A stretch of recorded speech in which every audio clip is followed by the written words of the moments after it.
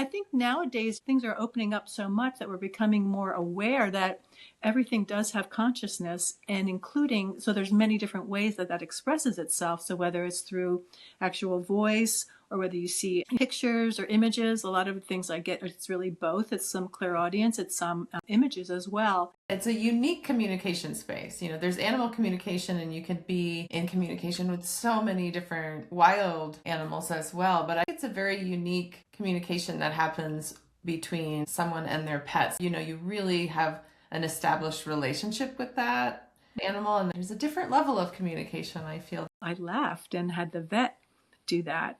And so then I felt really guilty for a good week and a half, 2 weeks afterwards, because I'm like, I abandoned my pet. I couldn't stay there because I was just so emotional, and I couldn't really deal with the emotion of it in that public space, I think. So then I had a dream about 2 weeks later where I was with my dog, Abby, and I was able to give her a big hug, and I felt all that guilt. Literally, it just like drained off me, like it was, like a grounding cord. Like it was just like, went away.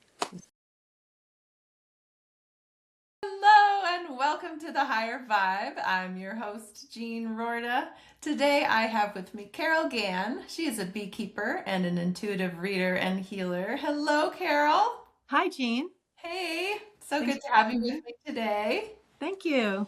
Same Yeah. here. I love that you're a beekeeper. Beekeepers are some of my favorite people in the world. I love it. I love having them around. Yeah, they're so special.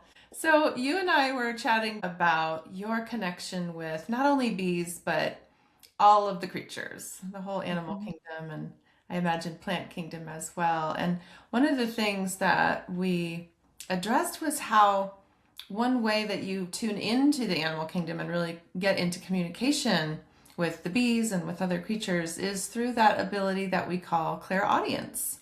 Mhm. And I would love for you to just share with us what that means to you. What is clairaudience and how you experience your clairaudience? Yeah, for me, clairaudience is it's really about just hearing spirit.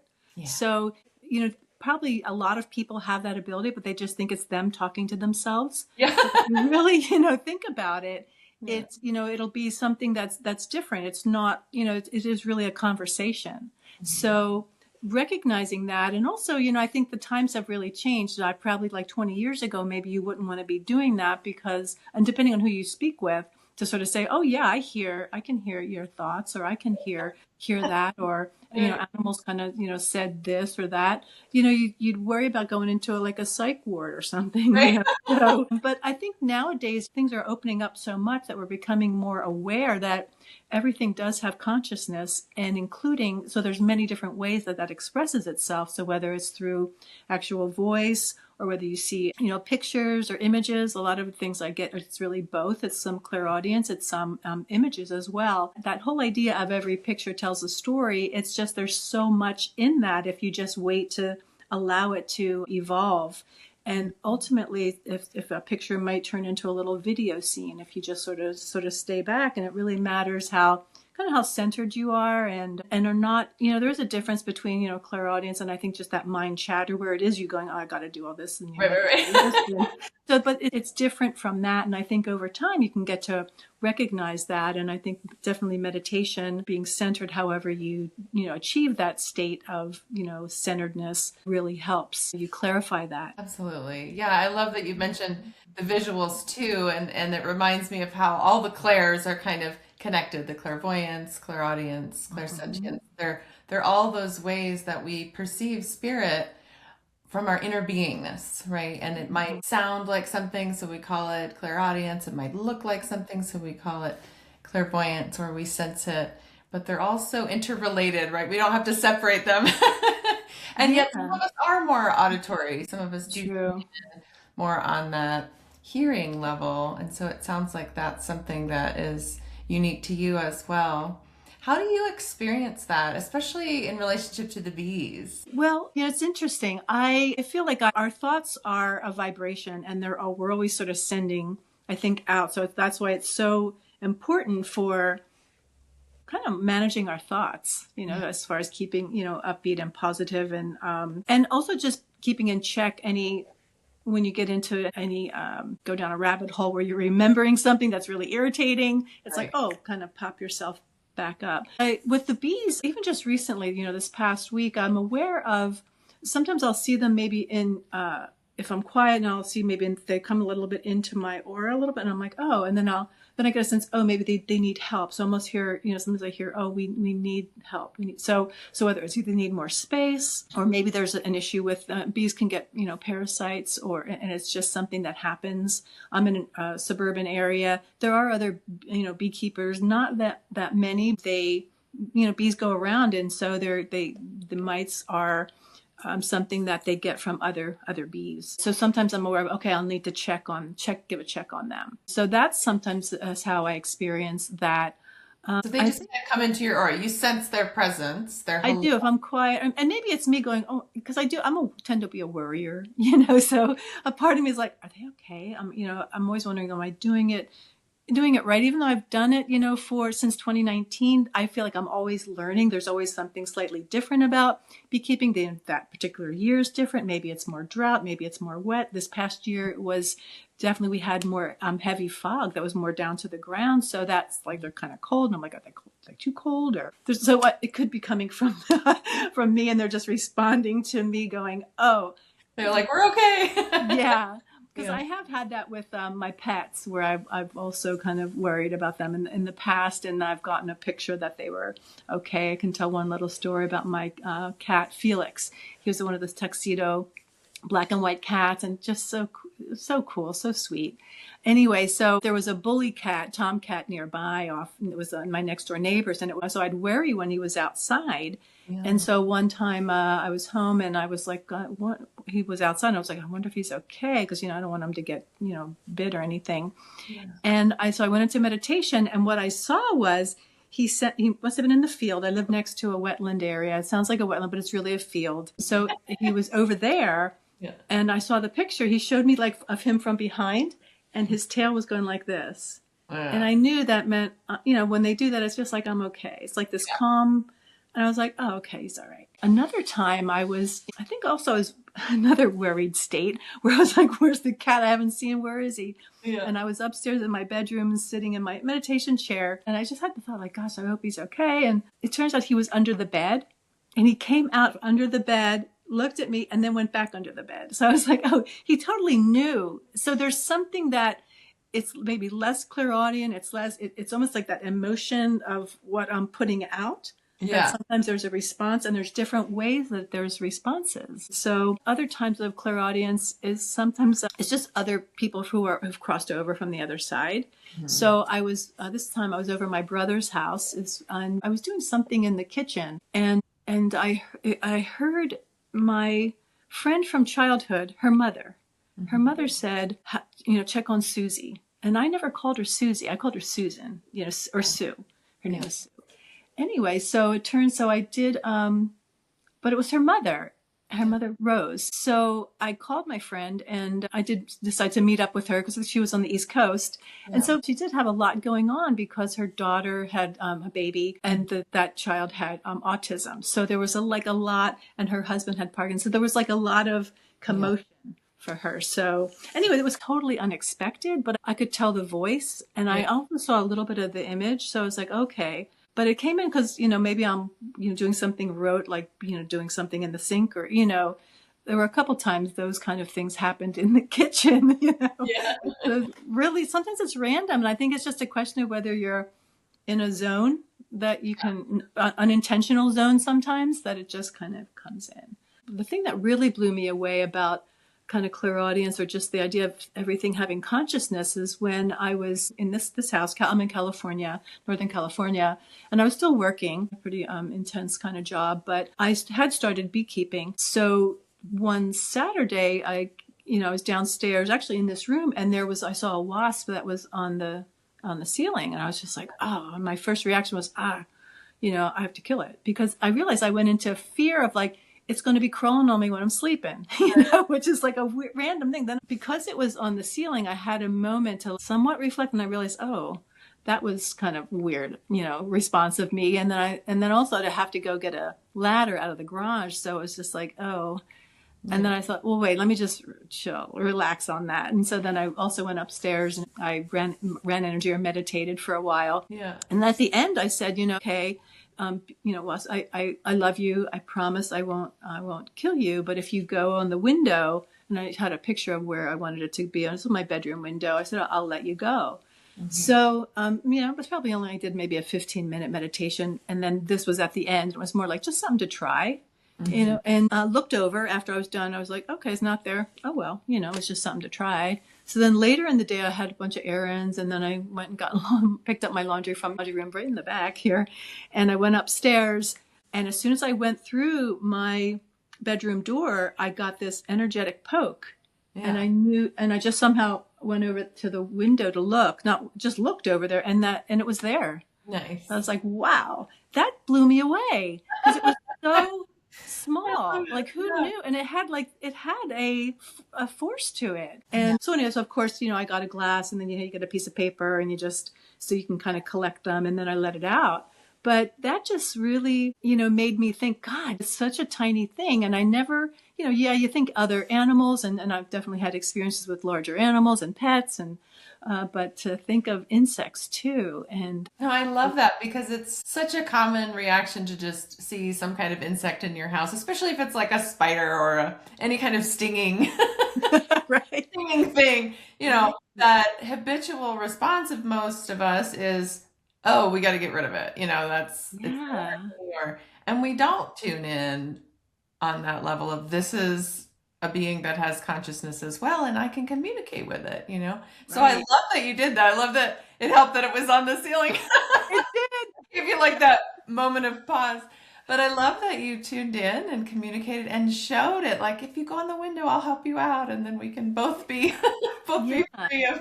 You can I be free of worry, and it can be free of its entrapped space. And Yeah, it was just wanted to get out. I think too that it taught me the idea was like, well, here I am like so nurturing with bees, and then this is like a cousin, and it was a paper wasp. So I knew, later have known to come to know that paper wasps, they're pollinators too, and they really are small colonies. They're not really out to go after you.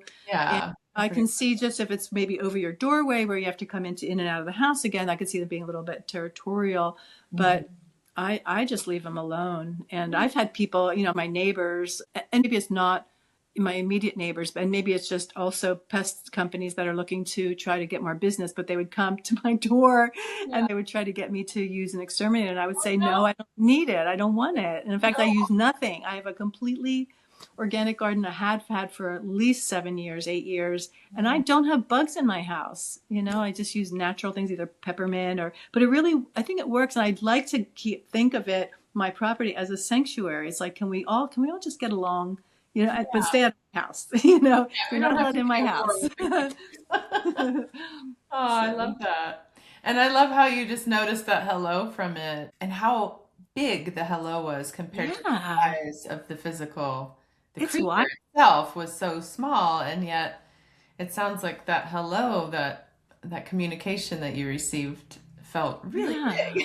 yeah, it Yeah. really was. It was shocking. Yeah. Game changer for me, or consciousness changer for me.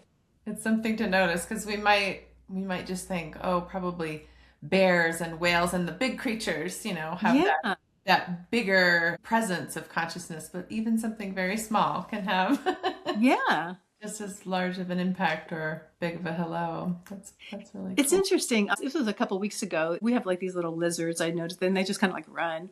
And Yeah, so over by my outdoor spigot, there was one right there. And I was just like, oh, kind of looking at it. And I was maybe, only a couple feet away, but I sort of was just like looking at it, and it was looking at me. And I kind of just said a telepathic hello. And it's just you repeating in your head. And its eyes, it did one of those like light, like a yeah. bright Ooh, spot yeah. of its eye. Just like, those, I don't know if you remember, you probably were too young, but those commercials where it was like when you brush your teeth and you get that ding. Yeah. It looked like a It little was, yeah, it was like that. It acknowledged me back. And I was like, yeah. oh, that was so cool. That's so, Anyway, I I'm, love I'm alone a lot. I guess, Well, so I I think come the to the more that animals. we acknowledge and validate that everything has consciousness, and the more Yeah, that we tune in on that level and communicate from that place. Like you yeah, said, when we communicate to each other, sometimes it is just words and it's on the surface. And sometimes we're bringing in that deeper presence and there's a deeper level of communication Yeah. with each other. And that can also be how we communicate with creatures as well. And then we'll receive that validation of, yes, they can hear me. Yeah. You know, It's just lovely. it's To me, so it makes me think, cool. oh, life is just so magical in that Yeah. way, you Yeah. know. So you've had many years of communicating with animals. Do you call yourself an animal communicator as well? Is that's part of your That's a good repertoire? question. You know, I don't necessarily. Think of myself more as an intuitive reader, which is across the board. I Yeah. have taught workshops for sure, just people who maybe don't think, that they can communicate with animals, or they think, oh, are we going to learn about, behavior? And I make it clear, it's very much about, using get into that zone, that meditative state, and you'll be able to communicate or get a sense of what your animals are. It's more like an exploratory session. It's usually little workshops that I do. Yeah. So in that regard, I do, but I haven't really looked for like lost pets, and there's people who do that. I Right. pretty much look at just really just the idea of that you can, to broaden the horizon so that you actually can communicate with really everything, everything. Yeah. It's like opening up our mind to recognize that we actually do have this other language. It's like another language, but it's not Hmm. hard to learn. Yeah. It's an intuitive language. Yeah. And sometimes it doesn't even have to be that you have to get into this heavy meditative state. It's even just really being kind of in this relaxed state. My stepdaughter had a little dog, little Min Pin, who I adored, the cutest little thing. It looked like a little baby deer because it was really small and Oh, it was yeah, brown yeah, and it had the cutest little face. yeah. So Yeah. anyway, we were actually on the sofa behind me, and at the time there was a TV. So I was watching TV, and then one of those SPCA ads came on, which it makes me just shudder. I just have that's a Yeah. sensitive spot. So I was just like, and the dog who was on my lap just went and just gently licked my hand, like to console me, just like they would do like a mom to a Yeah. puppy.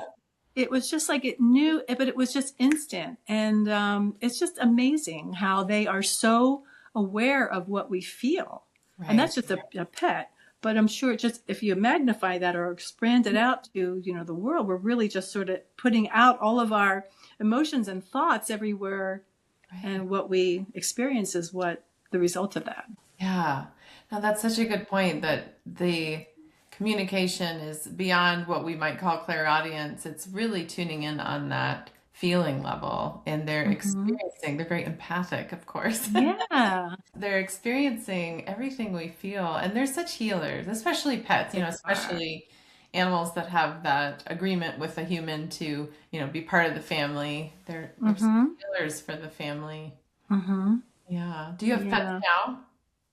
I don't, only because, I'd like to travel. I realized before when I had pets, I always had someone come in. And even then, it's not even that great because it's like they're just such a short period of time, that they actually do come in. So I kind of give myself some freedom to be able to come and go, even though I'm still mostly home. Yeah. But I would like to, I have traveled quite a bit over the years since I'm not having a pet.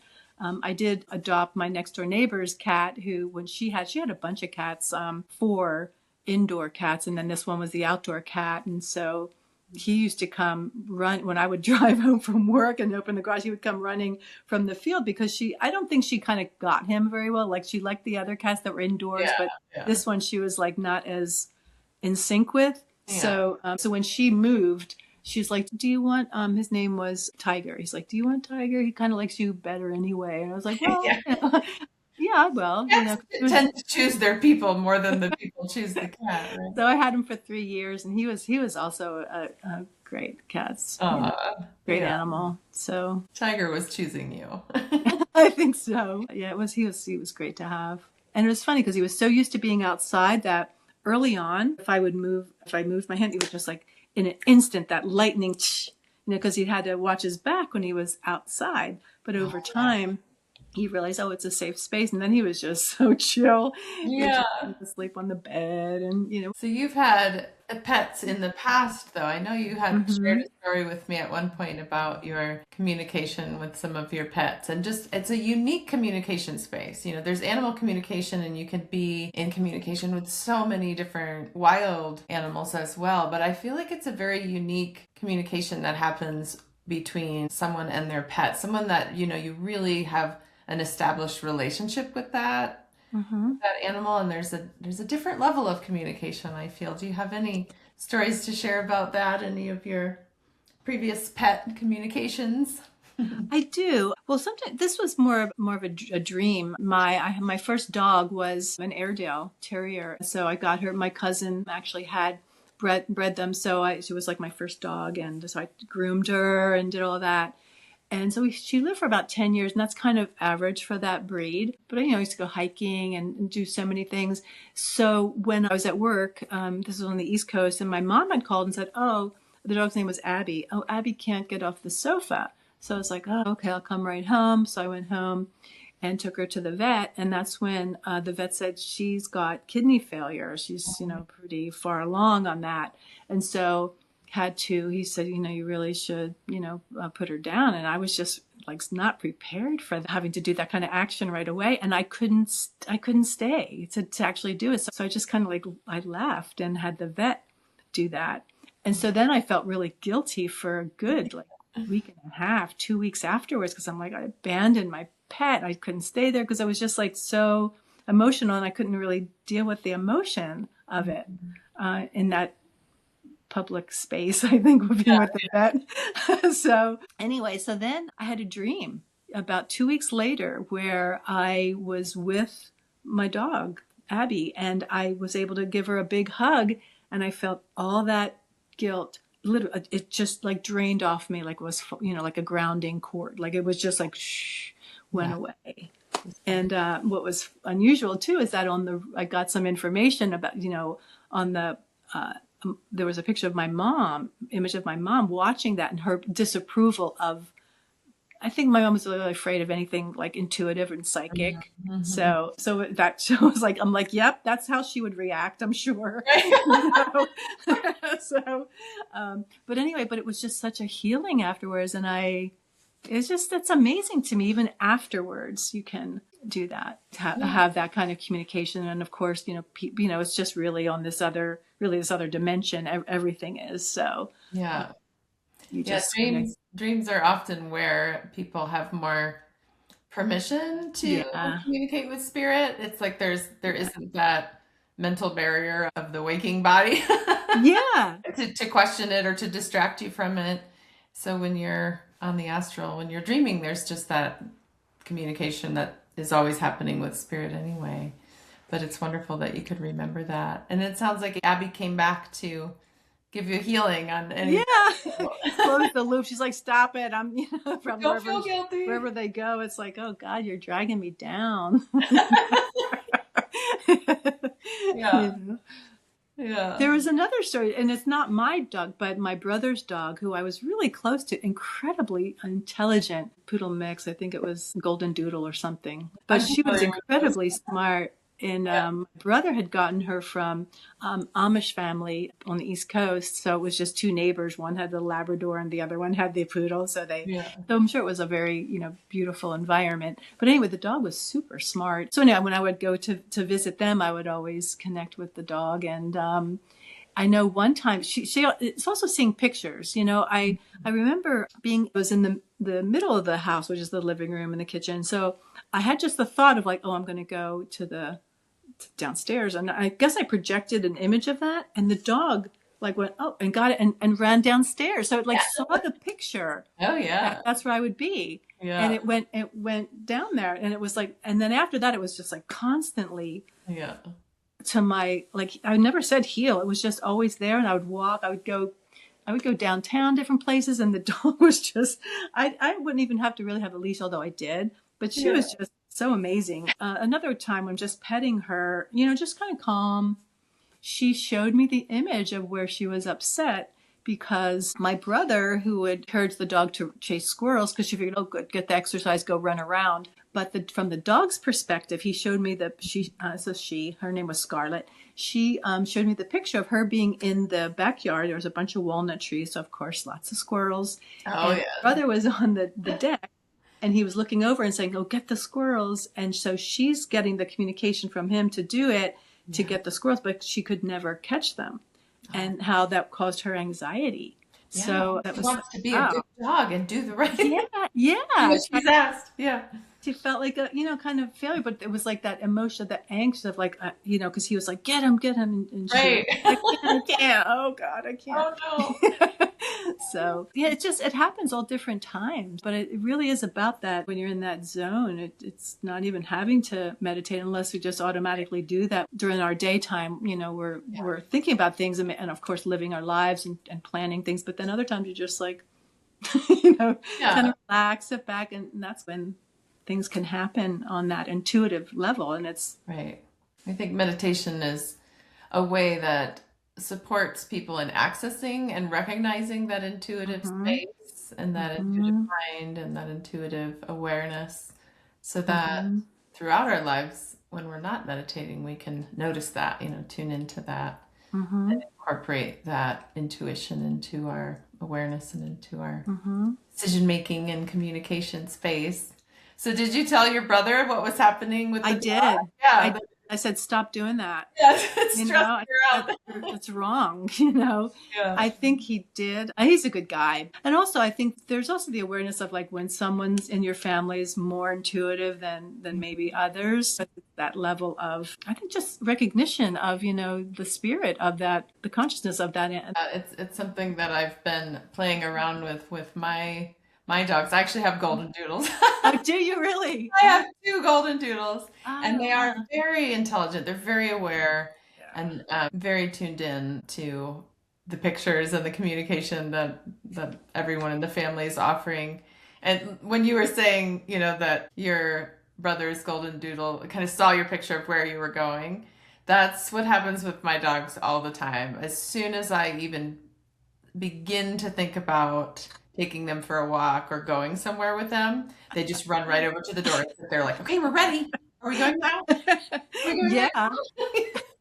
And I have to communicate, well, I'm thinking about it, but not yet, Yeah, right. I know. It's like they catch it really. They're so fast. Yeah, they catch it right away. As soon as I'm tuned into that and my thoughts go towards getting in the car and taking them with me, they're right at the door, ready to go. And very encouraging that I hurry up and get my shoes on and go already. It's interesting. When we first moved here, this was back in '95. The neighbors down the street, they had a Labrador, and her name was Sierra. And so they went away for the weekend. So then I watched her, and so that was kind of interesting because he was always kind of jumpy. But that also taught me of how they see pictures, because I remember when it was time I was going to go take her out. And I must have just said, "Oh, I'm going to put the leash on." But she went and sat by the door rather than jumping like crazy, which is what she did with her owners. Wow. And then I did walk her one time, and I had the leash on, and there's a couple open areas around here, so we walked in some of those areas, and she saw something and bolted, and she's so strong that I lost the leash. And Right. I was just like, oh my God, I don't know where she went. And I was like, oh my God, I lost their dog when they're away, and I'm supposed to be this pet sitter. So then I was just like, kind of coming back home, walking, different way. And I'm walking down the street, and then she came this way. Yeah. And I was like, oh my God, she came back. And at first I was like mad. And then I was just like, oh, it's okay. And as soon as I changed my emotion, she then came running towards me. But it was first like, she was almost like kind of going, oh boy, and Yeah. then realized, Come if you're I'm mad. like, hey, I'm just so glad you're back, Something that I think about with just how simple it is for people to tune in on that internal communication level, whether we want to call it animal communication or just recognizing that everything has consciousness. When we tune in on that level, there's so much more depth of relating that we can have with Yeah. everyone, whether it's other humans, animals, plants. And there's so much more connection and healing that can happen for everyone. I Hmm. like how you said you noticed right away that the dog wasn't going to come back if you were angry, right? Yeah. Or I was just like, oh, So you had that opportunity to be aware and shift your yeah. space, and then that created that flow and that connection for the dog to be like, okay, now it's safe. I can come back. Right, right, You're right. not mad at me. Right. They're so, I mean, they're just amazing. I mean, they're just so amazing. Yeah. And it's interesting, because I do site visits now, I help people select trees for their property. So a lot of the places that I go, they have their own pets. And so there's times where people are like, oh, my dog, I got a dog. I'm like, that's okay. I'm just going to, pretend, I'm just going to ignore it. And that really helps. And that's kind of a Caesar Milan thing as far as like not being too excited when you see them. But, that really does. They calm down. They almost get a chance to sniff you. And, it happened several times where my colleague and I, we would go in the backyard and the woman would say, my dog's just going to bark like crazy. And we're like, well, it's okay. So we just kind of still did our conversation, but the dog just didn't. And I know the lady, she was, you can see the owner, they're just like, yeah, it's unusual. Your energy was calm. And yeah, I think so. I think too, dogs, all creatures, we respond to fear, whether we're aware of it or not. And so if the dogs are barking, then there's the fear, and it's like, who started this fear train? The dog is afraid of you, or are you afraid of the dog? And then the energy just gets hyped up. But when you're calm and you're not in that space of fear or resistance to the dogs, and not giving it your attention, like you said about excitement, that one's hard for me because I love dogs and all creatures, and so when I see them, I get excited. I know. Well, but then I can make them overly excited. So that's always a good. I know they're just so happy, it's so nice. They're just nice. They're just wonderful to have them around. I always say dogs are like heart chakras with fur. Yeah, that's true. Oh, that's a great and legs. They are such big heart chakras. Yeah. So sweet. And so how do you experience animal communication with different creatures? Like, is it different with different creatures? Is it always the same? Do you notice a difference between how different species communicate? I know you had the example of the wasp, and it made me think of, is that similar or different to any other creature? It's this. I think to me, if I boil it down, it's really the same. I mean, if I think about even again, it's that getting back to like what are you putting out there, even just that whole ask and you will receive, and not that it's not in a religious sense, it's in an energetic sense. But I remember wanting to know about dragonflies when we had some rain. This was a few years ago, but I was thinking, oh gosh, I wonder what the wings look like. That phrase of "I wonder" is incredibly powerful. Oh yeah. I don't know if you've ever done that, but it's just it comes to.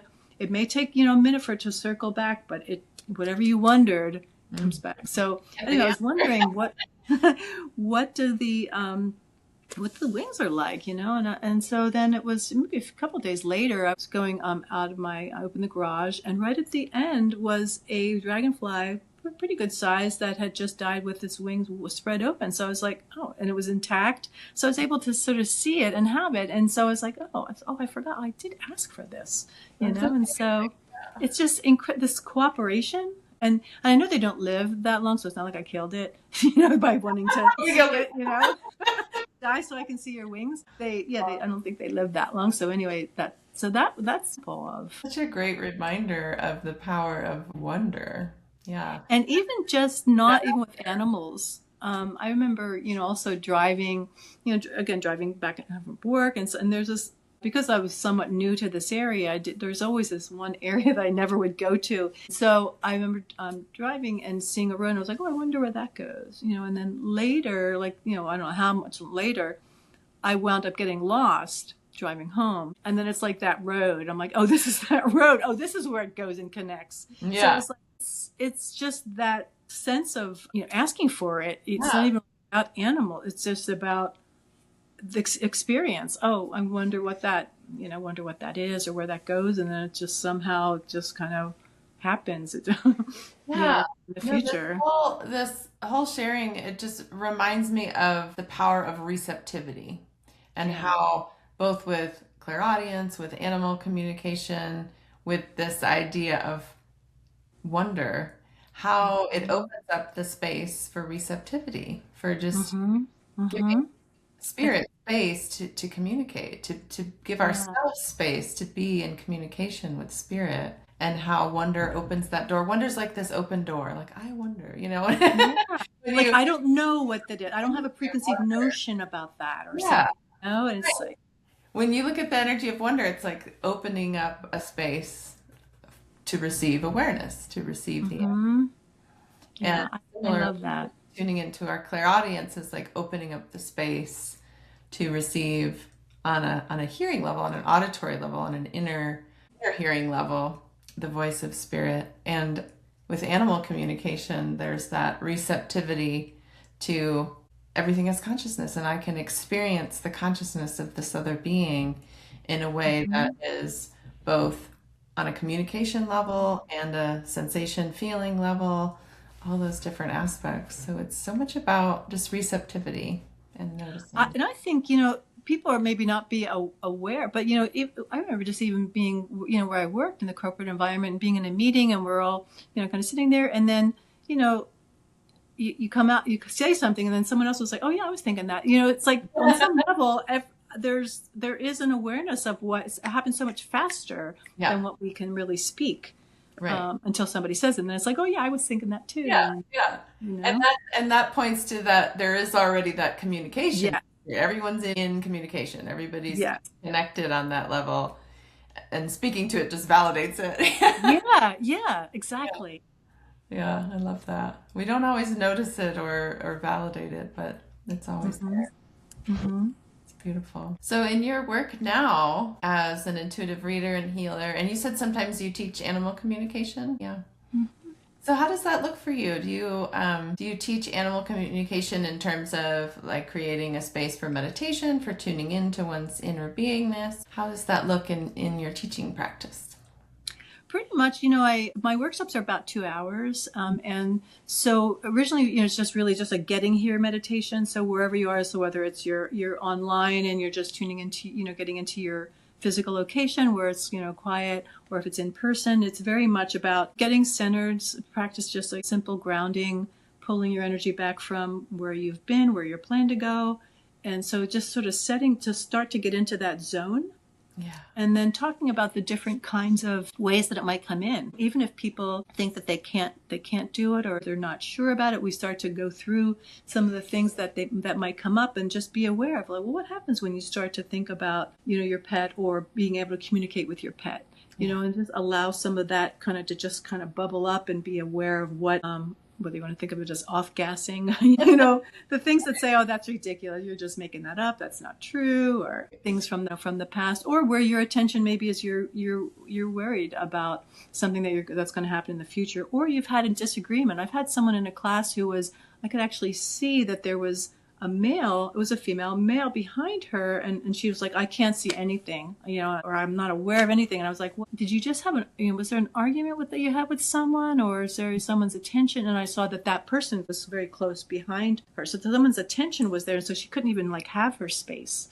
So we Right. did a little bit of hello to that. So sometimes it really varies, but it's very simple kind of questions, and so then we get into, okay, not only just how might your communication come in, allow whatever it does come in to just accept it or be aware, even if it's something negative, and just allow that to sort of flow off. Yeah. But then just ask kind of questions. What do you have questions? What do you really want to know about your pet? Do they have a favorite thing? And then a lot of times I'm reading the room, or I'm seeing whatever I can see, and then I'll maybe invite them after we go through, a little meditation. I invite them to share, whatever they're willing to share, and then I share maybe what I've noticed. And then sometimes people just have questions, but it's always really about to validate what they experience, and begin to trust that, however that comes in. I remember there was a question it was a couple that came, and the man said, "Oh, I've been seeing rattlesnakes, God, everywhere, just three different places in the past, couple of weeks." And what I saw, his fifth chakra kind of lit up. So I Mm. was like, "Oh, is there something you're not saying?" And the wife was like, "Yes." And I was like, "Oh," and so that was pretty validating for him. And then I sometimes bring books that, although I use them at the very end, because I don't want people to feel like they have to get their information there. So Ted Andrews, I like his books a lot, and so there's a lot of mythology. He goes into a deeper dive about animals that may cross your path, or some of the things if you have a dream about a particular animal, or feel drawn to a kind of animal. But I really want people to first get a sense of what their own impressions are, and then you'll find that it's very similar to what maybe is in a book, but Right. it's much more specific a lot of times. So we do that, and then a lot of times I do a another type of meditation where I take them on a little journey of, going through, visualization, where you're going out to, on a path, and then there's a lake, and then there's a rock, and then what kind of creature, bird, animal, whatever comes to you, and what's there, and just allow that image to really unfold. So whether, it's the whole environment. So sometimes it's maybe they're like, well, no, like a bird came in, or a tree, or, I saw this, or I saw that, and then just let it wait, and then see what kind of, what do you get? Is there a feeling, and what is it kind of telling you? Again, going back to that, a picture tells 1,000 words. It's very much about like, what is that letting you know? And so it's really just very experiential, and just kind of playing, really exploring, playing, and and then I'll validate what I might see, that sometimes I'll see, somebody who has the husky, and they're like, oh yeah, so it's interesting. Nice. It's so And then we close it. Yeah, we just close it out with ending, the day, clearing that, and then setting the energy for, well, what are you going to do next? Yeah, it's so good to be in that playful space, and just to validate, like you said, what images are coming, and to give them space. I love one of the overall vibes that I get from you that I just love so much is that receptivity, and then the spaciousness. It's like the wonder, like, oh, I wonder what that means, and just giving it some breathing room is what I'm getting. Right? Yeah. No, it's true. Like giving that intuitive space some breathing room, because it is such a kind of default setting in the world to not give it breathing room. It's over there, or it's shoved behind, or there's not space for it to come to the forefront of our awareness. It's just sort of shoved in the back. So with you, I see a lot of just that breathing room. It's like this gentle invitation, like, let's welcome that part of our awareness back into the forefront, and in that playful way, and in that space of wonder, to just see what it has to offer.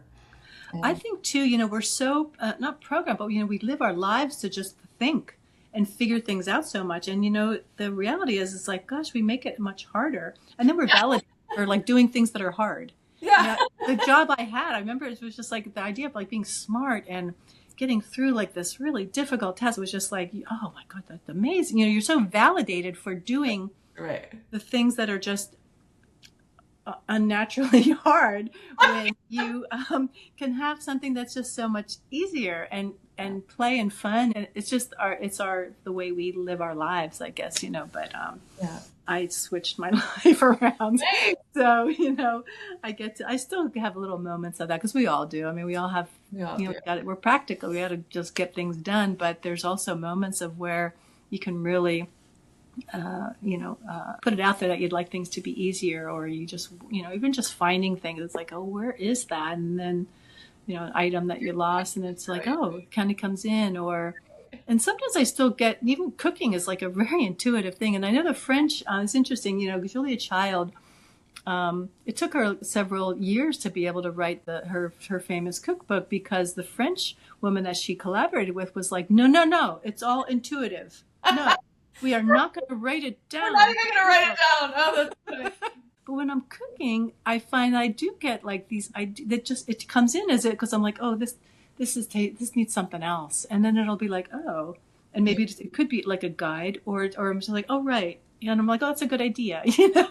Wherever it came from, I'm like, okay, I'll try that. Absolutely. So it's really interesting. Yeah, that's one good example of, I find, with anyone that's good at cooking, they're very intuitive, right? Because like you said, you have to be able to tune in the moment to what does this need, rather than overanalyzing it, and that doesn't mean you don't have to use a recipe. Like, yeah, I definitely do.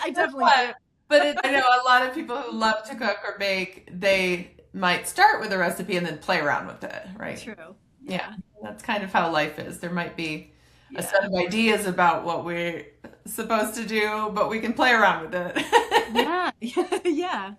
And we could be in the moment intuitively with what's going to work for me in this moment. Animals are such a good example of that. Yeah. They're love. They're not overthinking anything. They're just living in the moment. I love them all. I want to say hi. Even when like walking, someone's walking them, I always like say hi to the person and then hi to the dog. Oh yeah. Oh yeah. I find that when I'm walking my dogs there's a dog park here that's more like an enormous forest, many miles Oh, forest. But we still always cross paths with other dogs and their people. And oftentimes I'll find myself just saying hello to the dogs. And then later, I'm like, oh, hi, person. I forget I gotta say hi to the person too. Into the oh different my God, that's so funny. communication. Well, at least you ultimately say hi to them. That would be Yeah, I think hilarious. well, You some people, totally when ignore they're the out on their person. walk, they kind of have that aura of I'm just in my own little bubble and Yeah, I'm not in a yeah, extroverted space right now. yeah. That's so funny. And I just That's say so hello to funny. the animals. Yeah. You shared with me at one point a story about an egret. Do you remember? Oh, yeah. I forgot about that one. Yeah. I'd love to hear the egret story. Yeah, that was really amazing. My mom lived to be 94, Mhm. so very super close. My mom was great. Both my parents and my family I love, of course. So I was, working. I worked at the University Hospital here in California, and my family was still on the East Coast, and so we'd go back often to visit with my mom and my family and my brothers and my cousins. And so this one time she had to would go to the a hospital or just get check in. So this particular day, my brother told me that mom had to she was choking on something. So I was like, oh, okay, she had to go. So they took her to the hospital to just check to, whatever, to make sure that there wasn't something stuck in there. So anyway, so then I was leaving, the university where I worked, it was quite a large campus. So I would drive from one area to the other. And so I was it's still downtown city. Mhm. And I was stopped at a stoplight, and white egret came up right to the front of my windshield, and I was just like, whoa. And then I went, oh, right, oh, hi. And then it went up on top of my roof, and I have a skylight, so it was just sat up there, and I was just like, wow, that's unusual. And so then the light turned, and I was needing to turn, but I was trying to go really slow because it was still on there. And then there were passing by people who were waiting at a bus stop, and they were just like, as I'm turning and going, they're just like, oh, look at, they were pointing and laughing that the bird was like on my car. So later I kind of had a sense, oh, this has to be about my mom or something, because she had just gone to the hospital. So but it wasn't like a big emergency. It was just like, oh, kind of check in. So I looked at the energy of it, and what I saw was, when I was in meditation, I saw that it was like taffy pulling us apart. And Mm. I saw the words peace and friend, and I was like, oh, okay. That I knew, like, okay, this is going to be, we're starting to like separate. And so I took Family Medical Leave Act, and which I had a bunch of time, and I never really used it. So I was gone for a good 5 weeks. But I got to be with my mom, spend time, and so then my mom did ultimately, pass away. But because she had a tumor that could not be operated on, so that's what was causing her to choke. But sometimes she had difficulty swallowing, and but it was only until she was coughing that they decided better check it out. And so I remember, my brother telling me that just being really grateful that I actually came out, because it was something that it would have been really difficult for him to do, as far as the emotion of it. And Yeah. then I had an older sister, and who also it would have been hard for her as well. So that was really profound, just having the time and the gentleness of the separation. And what was interesting is that when I looked at that book, the Ted Andrews book, about what is egret, and it was about standing on your own 2 feet, Wow. being completely, being totally separate. Yeah. So that was, see, I was kind of validating in a way, but it would have been cool. Like, I wouldn't have just like looked at the book first. Right. Like, It's good to get your own intuitive information first, but then yeah. like an added bonus to see that. Right. That it's like, oh, wow, the mythology and what Right. he intuited about that, or researched it too. It seemed like it was a Right. combination of both. Yeah, because different authors might have slightly different interpretations, but there is that more universal, I think, understanding that each of our intuition points to with the messages that different animals bring. Yeah. And the images that we get that are very particular to us, like that, Yeah. it's almost like our own dictionary. We're Yeah. creating our own dictionary through the intuition or intuitive sight, however you want to term Yeah. it. And because for you, it was so specific to your mother and to just that moment, what was happening energetically. Mm-hmm. It's beautiful. Yeah, I remember coming back to the office and going, look at this, because I had taken the video, and it's kind of like wonky because I'm like, oh my God, and then I'm trying to grab the phone and then I picture it, but then I'm like, oh my God, so there's a little snippet of it as a video, but I was showing my coworkers and they're like, oh God. And I said, it's about my mom, I think. And Yeah. that's before I meditate, but I was just like, it has to be like, why? How could it be in the middle of the city? Yeah, I was just gonna say, were you in a place that it's normal? It's weird. Like, no, it was completely in the Yeah, city. very out So of odd. context. And it found me, and it's like, wow, weird. Not weird, but maybe, meant divine timing, meant to be. Very magical like that. Well, I feel like those are especially the ones to tune into when it's Mm-hmm. not expected. If you were at a city park near the beach and there were thousands of seagulls, you might not necessarily think that was about you. Like, what are these seagulls telling me? No, it's They're probably like, give me food. Where's your food? yeah, that's right. They just want your lunch, right? Right. But, Right. but your intuitive self knows when it's a little bit more of a poignant message, Yeah. which that Yeah. one was. That's beautiful. Love that. We can all tune in and be aware of animal kingdom, the plant kingdom. So you communicate, I want to say you communicate with trees too, right? A little bit. It's interesting. Not, maybe I don't, maybe I'm more on the analytical side 'cause I'm trying to figure, what people want. But I have had I've had a few awarenesses. One is, we have coast redwoods here. And so I know they do drink a lot of water. But I was at one property that they had probably had 7 or 8. And it was just a regular suburban house, but maybe they had a third of an acre, so I had a little bit more space, but these were mature trees. And I remember just going around one and I could feel the upward flow Yeah. of their, maybe it's not drawing energy, but then also, I'm sure, water Yeah. from how deep their roots are, wherever they were getting it from. But I was just like, wow, that was pretty cool. That was more a feeling kind of thing. Feeling But the energetic beingness of that.